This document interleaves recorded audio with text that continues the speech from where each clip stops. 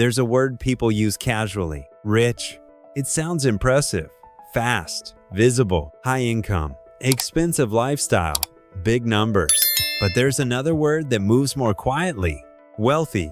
And the difference between the two isn't just financial, it's psychological. Because you can be rich and still feel pressure. You can be wealthy and feel calm. And most people spend their lives chasing one while secretly wanting the other. Being rich usually means you earn a lot. High salary, strong business revenue, large monthly cash flow. Money is coming in, but money going out often rises with it. The house gets bigger, the car gets newer, the trips get more expensive. The lifestyle expands to match the income. From the outside, it looks like success. From the inside, it can still feel tight, because high income doesn't automatically mean high stability. It just means high inflow. If that inflow stops, everything feels exposed. That's the psychological edge of being rich. There's momentum, but there's also pressure. Being wealthy is different. Wealthy means assets, investments that generate returns, savings that create breathing room, ownership that doesn't require constant motion to sustain. Wealth is what remains if income slows, and that creates a very different emotional baseline. Wealth feels quieter, less flashy, but more secure. And security changes how you think. The rich mindset often centers around earning. How do I make more? How do I increase this year's income? There's nothing wrong with that. Income matters. But if earning is the only lever, you stay dependent on performance. Your identity becomes tied to output. If business slows or bonuses shrink, anxiety rises because the system depends on constant production. The wealthy mindset centers around ownership. How do I make this money work without me? How do I build assets that outlast effort? That shift changes behavior dramatically. One focuses on speed, the other focuses on durability. There's also a difference in time perspective.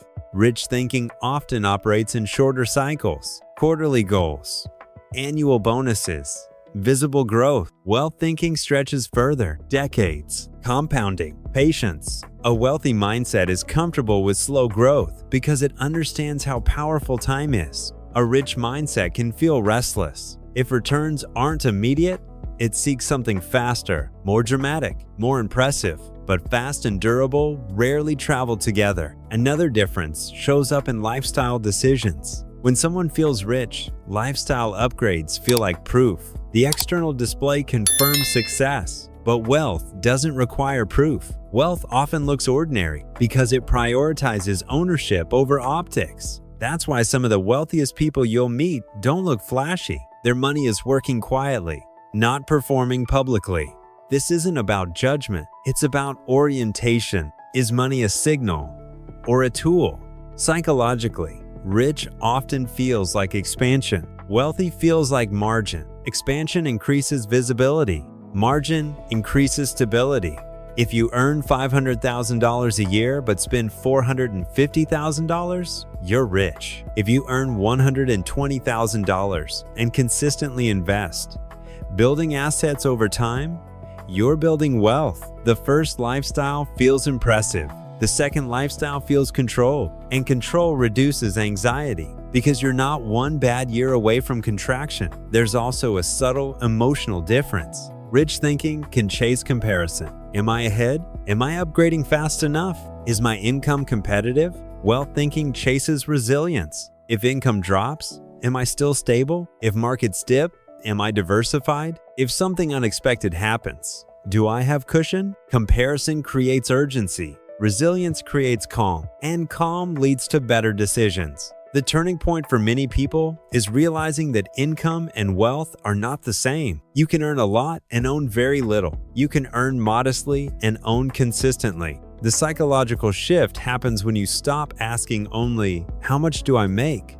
and start asking, "What do I own?"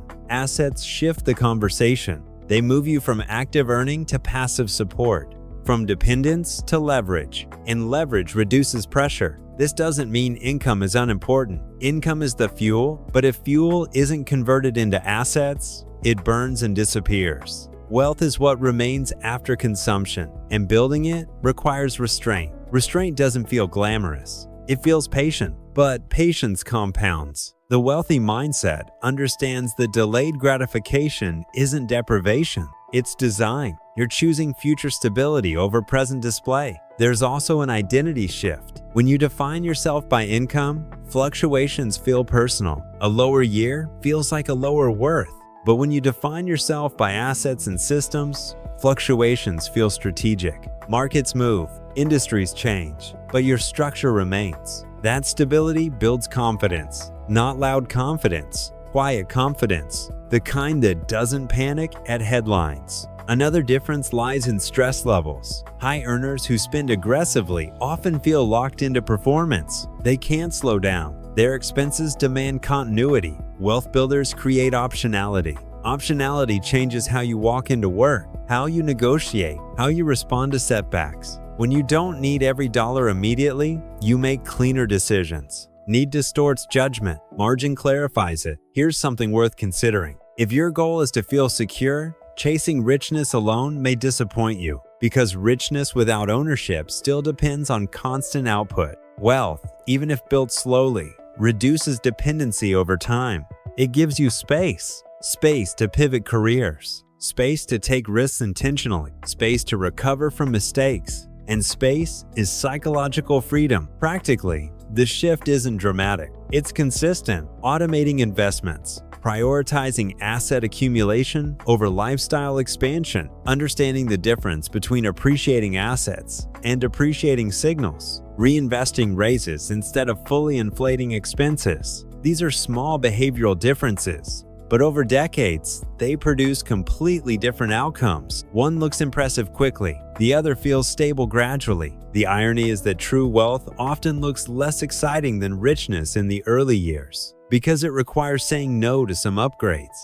It requires ignoring comparison. It requires thinking long-term when others are celebrating short-term wins. But long-term thinking builds insulation, and insulation protects peace. In the end, rich is about income. Wealthy is about independence. Rich is visible. Wealthy is durable. Rich can disappear quickly. Wealth, if structured well, compounds quietly. And the psychological difference shows up in how you sleep, how you react to downturns, how you define success. If success means appearing ahead, richness may satisfy you. If success means being secure, wealth is the deeper target. And the moment you understand that difference, your decisions start to shift. Not louder, not flashier, but steadier. Because the goal stops being how much you make this year and becomes how stable you feel 10 years from now. That's the quiet difference between rich and wealthy. And psychologically, it changes everything.